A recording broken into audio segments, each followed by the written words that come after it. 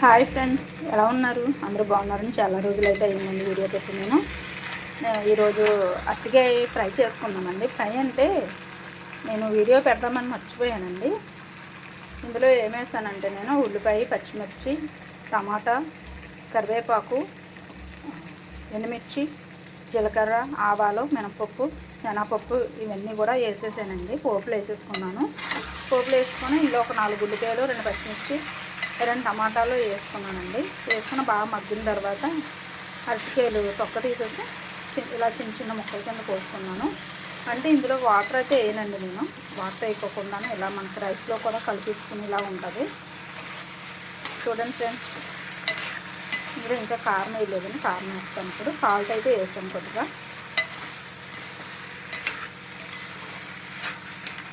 చూడండి ఫ్రెండ్స్, ఈ కారం వేసుకుందామని కొద్దిగా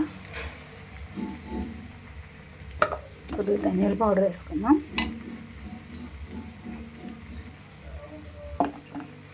సాల్ట్ అయితే ముందే వేసేసానండి, సరిపోకపోతే అప్పుడు వేసుకుందామండి.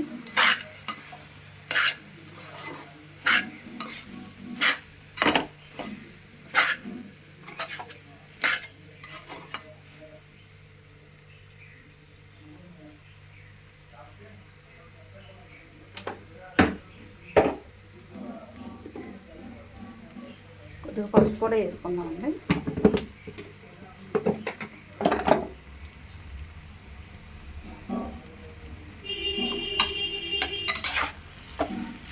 మనకి ఇంకెలాగనుకోండి రైస్లో కూడా కలుపుకోవడానికి అవుతుంది అన్నమాట. వీడియోలో అయితే చాలా రోజులు అయిందండి పెట్టి నేను.